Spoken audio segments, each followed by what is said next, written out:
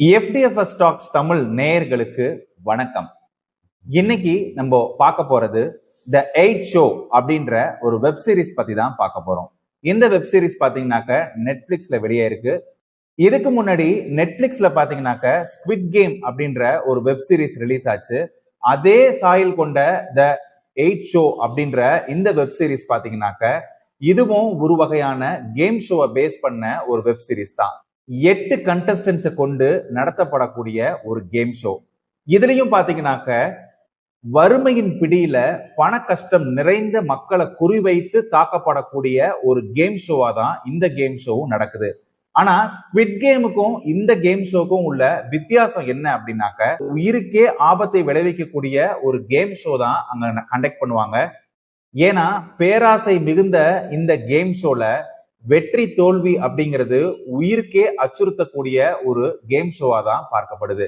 Squid game மாதிரியே இருக்கும் அப்படின்னு நினைச்சு பார்க்க தொடங்கும் போதுதான் இந்த கேம் ஷோட பேட்டர்னே ரொம்பவே வித்தியாசமா இருந்துச்சு. பார்ட்டிசிபேட் பண்ற கண்டஸ்டன்ஸ்க்கு ஒரு டேபிள்ல பணக்கட்டுகள் வைக்கப்பட்டிருக்கு. அதுக்கு பக்கத்துல ஒரு சின்ன என்வலப் வச்சிருக்காங்க. சோ வர கண்டஸ்டன்ட் பணம் வேணும்னா பணம் எடுத்துக்கலாம், பணம் வேண்டாம் அப்படின்னாக்க நீங்க கேம் ஷோல கலந்துக்கலாம் அப்படின்னு சொல்லி 2 ஆப்ஷன்ஸ் கொடுக்குறாங்க. இந்த கேம்ல பார்ட்டிசிபேட் பண்றதுக்கு எந்த விதமான திறமைகளும் அவசியம் இல்லை. நீங்க இந்த கேம்குள்ள வந்தீங்கன்னாக்க உங்க நேரத்தை மட்டும்தான் செலவிடணும். இந்த கேம்ல யாருக்கும் உயிர் சேதம் ஏற்படக்கூடாது. இதுதான் இந்த கேமோட முக்கியமான 3 பாயிண்ட்ஸ். இந்த பாயிண்ட்ஸை படிச்சா யாரு தாங்க கன்வின்ஸ் ஆக மாட்டாங்க. உயிருக்கு ஆபத்து இல்ல, சாப்பாடு கொடுத்துருவாங்க, தங்குற இடம் கொடுத்துருவாங்க, நம்ம நேரத்தை மட்டும்தான் செலவு பண்ணணும், எவ்வளவு நேரம் செலவு பண்றோமோ அவ்வளவு பணம் கிடைக்கும் அப்படின்ற இந்த பேராசை தான் அந்த கேமுக்கூட சாவு மணின்னே சொல்லணும். மொத்தமா இந்த கேம்ல பாத்தீங்கன்னா 8 பார்ட்டிசிபென்ட்ஸ் மட்டும்தான் பார்ட்டிசிபேட் பண்ணுவாங்க. இந்த 8 பேருடைய கேமை நம்ம ஊர்ல நடக்கிற பிக் பாஸ் மாதிரி ஒரு ரியாலிட்டி ஷோவா வெளியே டெலிகாஸ்ட் பண்றாங்க. சோ இந்த 8 பேருடைய மனநிலை, மன தைரியம், எப்படி அவங்க உள்ள நேரம் செலவு பண்றாங்க அப்படிங்கிறது தான் இந்த கதையோட முக்கியமான ட்விஸ்டே. இந்த நிகழ்ச்சி தொடங்கியதும் ஒவ்வொரு கண்டஸ்டன்ஸுக்கும் ஒவ்வொரு அறைகள் ஒதுக்கப்படுது. இதுல ஒவ்வொரு அறையும் 8 அடுக்கு கொண்ட ஒரு அபார்ட்மெண்ட்ஸ்ல தான் இருக்கு.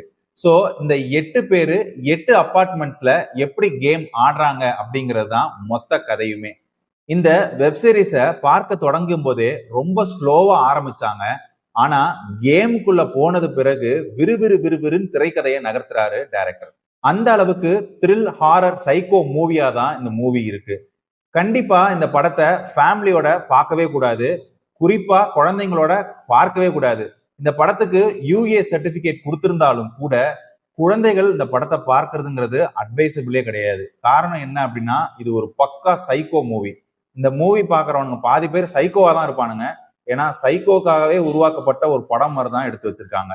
ஆனா இந்த படம் எப்ப முடியும், இங்க இருக்கிற பார்ட்டிசிபென்ட்ஸ் எப்ப அதை விட்டு வெளியில போவாங்க அப்படின்னு நம்மள மண்டைய பிச்சுக்கிற அளவுக்கு எடுத்து வச்சிருக்காரு டைரக்டர்.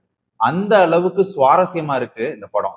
சோ கண்டிப்பா நீங்க ஒரு சஸ்பென்ஸ் ஹாரர் சைக்கோ மூவி பார்க்கணும் அப்படின்னாக்க த 8 ஷோ அப்படின்ற இந்த மூவியை நீங்க பார்க்கலாம். த 8 ஷோ மூவியை பார்த்துட்டு உங்களுடைய ஃபீட்பேக்கை கமெண்ட் செக்ஷன்ல சொல்லுங்க. இன்னைக்கு நான் சொன்ன ரிவ்யூ உங்களுக்கு பிடிச்சிருக்கும்னு நினைக்கிறேன்.